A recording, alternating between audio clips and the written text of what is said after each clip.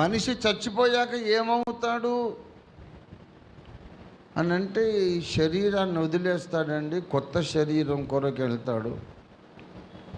కొన్నిసార్లు వాడికి మనిషే చచ్చిపోయాక కొత్త శరీరం తొడుక్కుందామని పోతే వాడికి పాపం ఒక దోమ శరీరం దొరుకుతుంది, ఒకడికేమో పిల్లి శరీరం దొరుకుతుంది, ఒకడికేమో నల్లి శరీరం దొరుకుతుంది.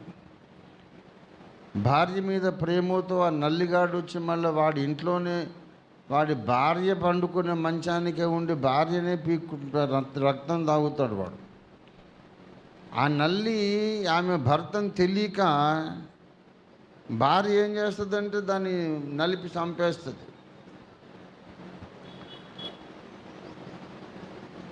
ఇంకోటికేమో బల్లి శరీరం దొరుకుద్ది, వాడు ఎక్కడికి పోలేక వాడు చచ్చిపోయిన ఆ ఇంట్లో ఆ గోడకే తిరుగుతుంటాడు. ఇలాగ రకరకాలుగా ఊహించుకున్నారు.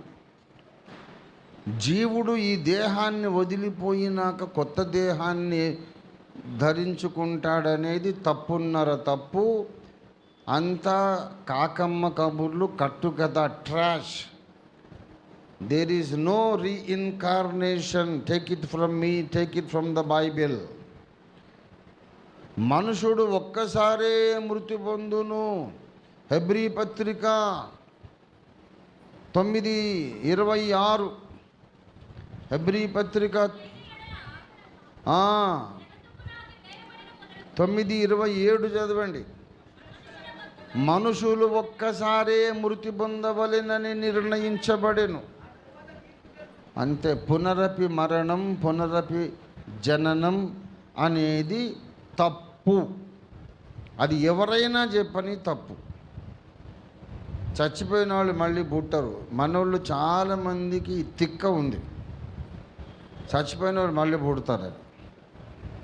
ఇప్పుడు మా నాన్న ఎప్పుడో చనిపోయాడు. నాకు 14 ఏళ్ళు ఉన్నప్పుడు నాన్న చనిపోయాడు. ఇక నాకు పెళ్ళయి నాకు కొడుకు పుట్టాడు అనుకో, స్వామిదాస్ గారు పుట్టాడు. సో అది ఏడు స్వామిదాస్ గారు పుట్టాడు. ఆయనకు వీడికి చాలా డిఫరెన్స్. ఎవడి సోల్ వాడిదే. చచ్చిపోయిన ఆత్మలు మళ్ళీ రారు. ఏదో ప్రేమకు మమకారానికి అలాగ అనుకుంటాం. మా అమ్మ చనిపోయింది, నా కూతురు పుట్టింది అనుకోండి, మా అమ్మ పుట్టి మీ అమ్మే రాదు, ఆమె ఎక్కడుండాలో అక్కడ ఉంటుంది. చచ్చిపోయిన వాళ్ళ ఆత్మలు మళ్ళీ వచ్చి పుట్టరు. అయిపోయింది. Only once to die. మనుషులు ఒక్కసారి మృతి పొందవలెనని ఇట్ వాజ్ అపాయింటెడ్, నియమింపబడెను. దేవుని చేత నియమింపబడి మళ్ళీ ఎక్కడ చేస్తారు? ఒకటే సావు. ఆ తర్వాత తీర్పు జరుగును, అంతే. చాలామంది మరి చాలా చోట్ల ఈ పునర్జన్మలు ఉన్నట్టుగా ప్రూఫ్ నిరూపణలు జరిగినాయి కదండి అని అంటారు.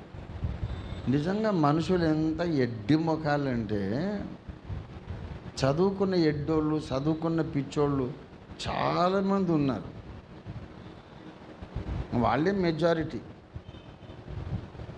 ఎక్కడనో ఒక ఊర్లోనంట ఒక 5 ఏళ్ల పాప ఉన్నదట. ఆమెకు పూర్వజన్మ జ్ఞాపకం వచ్చిందట.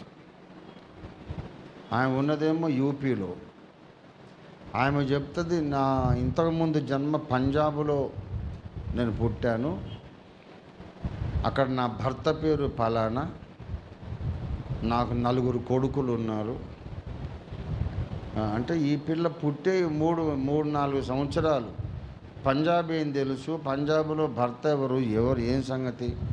ఒక్కసారి కాదు, 2 సార్లు కాదు, ఊరికే చెప్తుంది, నేను నా భర్తను చూడాలి, నా పిల్లలను చూడాలి. ఏం పిల్లలే తిక్కముఖమా, నీకు ఉండే 4 సంవత్సరాలు, నీకు పిల్లలు ఎప్పుడు కాదు, ఇంతకుముందు అక్కడ నేను పిల్లల్ని కానీ పెంచి తర్వాత చచ్చిపోయి ఇక్కడ పుట్టానని చెబుతుంది.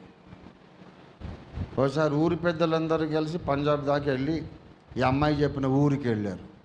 అక్కడ నిజంగా ఇవి చెప్పిన మనిషి ఉన్నాడు.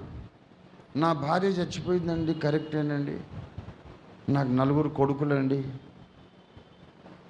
పూర్వజన్మలో నా భార్య పేరు ఏంటంటే వాడు ఆ భార్య పేరు వాడు ఏది చెప్పాడో ఈమె అదే చెప్తుంది. పూర్వజన్మలో ఏదో నా పేరు పుల్లమ్మ ఎల్లమ్మ ఏదో చెప్పింది అనుకో, వాడు అదే చెబుతున్నాడు. అంత మ్యాచ్ అయింది. ఊరు, ఈమె భర్త పేరు, పిల్లలు, పిల్లల పేర్లు, ఈమె పేరు అంతా మ్యాచ్ అయింది. ఇంతకన్నా ప్రూఫ్ ఏం కావాలి సార్? పునర్జన్మలు ఉన్నాయి. ఆయన ఆమె ఎడ్డోళ్ళు ఉన్నారు. అరే దేవుడు మానవుడేగాక మూడవ శక్తి,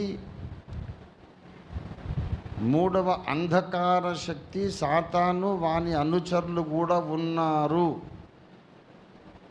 ఈ ట్రయాంగులర్ డ్రామా నడుస్తుందనేది గ్రహించనంత వరకు నీకు అసలు ఏది అర్థం కాదు. ఏ మతం అర్థం కాదు, ఏ సిద్ధాంతం అర్థం కాదు, నీ బ్రతుకే నీకు అర్థం కాదు. ఈ బ్రహ్మాండములో 3 ప్రధాన శక్తులు ఉన్నాయి. ఒకడు దైవము, రెండవది మానవుడు, మూడవది సైతాన్. ఈ మూడు శక్తుల మధ్యలో ట్రయాంగులర్ డ్రామా నడుస్తుంది. ఇప్పుడు ఈ కన్ఫ్యూషన్ అంతా పెట్టేది ఆ దుష్టుడు, దుర్మార్గుడు. వాని దగ్గర కోట్ల మంది పడిపోయిన దేవదూతలు ఉన్నారు. ఈ 4 ఏళ్ల పాపకు, ఈమె యూపీలో పుట్టింది, పంజాబ్లో ఒకడు ఉన్నాడు, వాడి పెళ్ళాం పేరు ఇది, ఆమె చచ్చిపోయింది, 4 కొడుకులు. ఇదంతా ఈ 4 ఏళ్ల పాపకేం తెలుసు? తెలియదు. కానీ పడిపోయిన దేవదూతకు తెలుసు కదా. పడిపోయిన దేవదూతలకు ఏ ఊర్లో ఎవరు చచ్చిపోతున్నారో తెలుసు కదా. ఒక పడిపోయిన దేవదూత వచ్చి ఈ పాపలో దూరుతుంది. దూరినాక ఆ ఊరి కథ అంతా చెప్తుంది అన్నమాట. చెప్తే మ్యాచ్ అవుద్ది. మరి ఎందుకు కాదు? అది వీళ్ళకి పెద్ద ప్రూఫ్ అంట. ప్రూఫ్ నీ బొందం కాదు, ఎవట చెప్పింది అంత ఒట్టిదే. There are no reincarnations. అసలు వాని భార్య తన నిత్యమైన నివాసానికి వెళ్ళిపోయింది. దేవునితో సమాధాన పడి ఉంటే పరదేశికి వెళ్ళింది, లేకపోతే అగ్నిగుండానికి వెళ్ళిపోయింది, అంతే. ఈ చిన్న పాపలో ఒక వేరే దురాత్మ దూరి ఆ చనిపోయిన ఆమె పేరు చెబుతుంది. నేను ఆమెను అని. అబద్ధం. ఆది నుండి వాడు అబద్ధికుడు, అబద్ధమునకు జనకుడు. వాడు అన్ని అబద్ధాలే చెబుతాడు. వీళ్ళు నమ్మేసి, ఇది చూసావా, మొదటి నుంచి మా దగ్గర ఇదే చెప్పారండి, మళ్ళీ మళ్ళీ పుడతారు చేస్తారు. అలాగ నాటకమాడి ఒక అపోహను మానవ జాతిలో పుట్టించి బలపరిచాడు సైతాను. దాని వాస్తవానికి మరణము తర్వాత ఏం జరుగుతుందంటే, కొన్ని దినముల విరామము తరువాత పునర్జన్మ కాదు, పునరుత్థానము జరుగుతుంది. అది భక్తులకైనా, భక్తిహీనులకైనా, పరలోక వారసులకైనా, నరక పాత్రులకైనా, ప్రతి మానవుడికి, ప్రతి మానవ స్త్రీకి మరణం తరువాత పునరుద్ధానం జరుగుతుంది. కొత్త షర్టు, కొత్త కోట్ తొడుక్కోరు మీరు. వదిలేసిపోయిన అదే వస్త్రాన్ని మళ్ళా వచ్చి తొడుక్కుంటారు. ఇది పునరుద్ధానము.